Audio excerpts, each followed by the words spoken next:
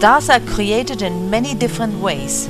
Texas seems to forge them in singular fashion, out of nowhere, fiercely independent and going it alone.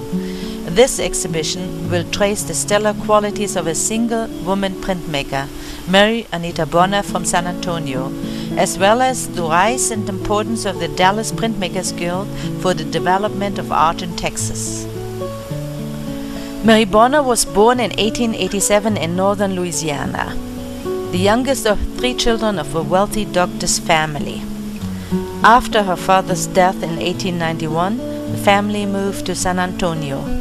From there, Bonner went to the University of Texas at Austin, followed by schooling in Lausanne, Switzerland, Munich, Germany, and Pasadena, California. In the summer of 1922, while vacationing with her older sister Emma, Mary began classes at the Woodstock Art Colony's Summer School of Lithography and Etching. After experimenting with lithography, she chose etching as her medium. Later that year, Mary moved to Paris, France to study. There she found her teacher and lifelong supporter in the well-known printmaker Édouard-Henri Léon.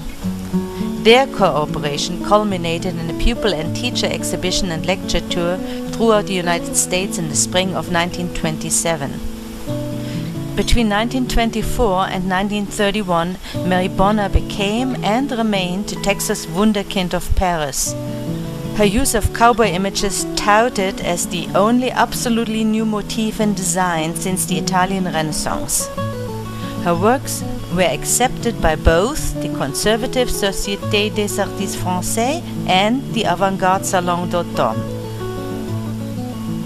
Mary's etching entitled Texas belongs to the works accepted into the collection of the British Museum London in 1924 and also to the New York Public Library in 1925. One of Mary's triptych etchings, titled Les Cowboys, caused a sensation at the 1925 Fall Salon of the Société des Artistes Français. White Mule is probably one of her most recognized works. The Cowboy Parade, noted for showing humorous touches and details from her famous frieze-like border designs, modeled on the Greeks but showing Texas motifs. 1925 brought Mary Bonner the honorable mention of the Société des Artistes Français for Notre Dame, Paris. Followed by, in 1926, the bronze medal for Princess of the House of Este after Pisanello, and a silver medal in 1931 for Girl with Sunflowers. During 1929, the French government awarded Bonner the Ordre des Palmes Académiques, an extraordinary honor. The now famous artist worked with the Grande Dame of Art, Mrs. Henry Drought, to further the arts in San Antonio.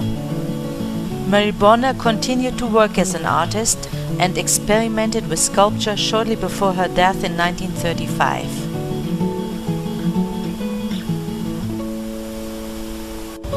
I liked her very much. I liked the flavor of her. Well, she liked the flavor of San Antonio.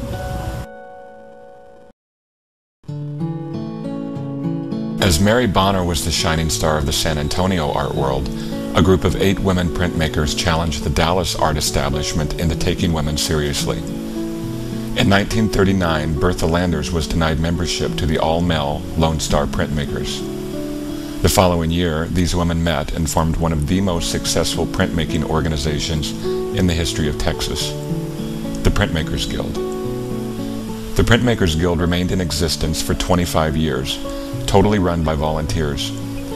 In 1952, the Printmakers Guild changed its name to Texas Printmakers. 10 years later, the organization admitted their one and only male member, Paul Harris. The founding members of the Printmakers Guild were Lucille Land Lacey, who was department chair at Mary Hardin Baylor College, located in Belton. Bertha Landers, the woman who initiated the founding of the Printmakers Guild and who also went on to create the audiovisual department of the Dallas Public Library. Stella Lamond, who, for 22 years, taught at and later headed the art department at Southern State University, located in Dallas. Mary Lightfoot, a teacher within the Dallas public school system. Blanche McVeigh, co-founder of the Fort Worth School of Fine Arts. Corinne Spellman, who was the associate professor at the College of Industrial Arts, located in Denton. Virta Ligon, and Laura Ann Taylor. The following four members were not founders, but are included because they were conspicuous artists, important art administrators, or both. Constance Forsythe, the first woman at the art department of the University of Texas, located in Austin. Barbara Maples, who, for 13 years, was the head of the art education department at Southern Methodist University, located in Dallas. Florence McClung, who, for 13 years, was the head of the art department at Trinity University, when it was located in Waxahachie. And last but certainly not least, Janet Turner. While teaching at Nacogdoches, Texas, and later at the State University of California, located in Chico, found time to have more than 200 solo exhibits in over 40 countries. These pioneering women printmakers of Texas have helped elevate printmaking to an established art form, not to mention including printmaking into college curriculums. Mary Bonner and Janet Turner representing Texas on an international scale, while the others applying their skills locally and throughout the United States. Let's heed their stellar accomplishments, especially since their spirited approach drew its strength from what can only be called Lone Star style.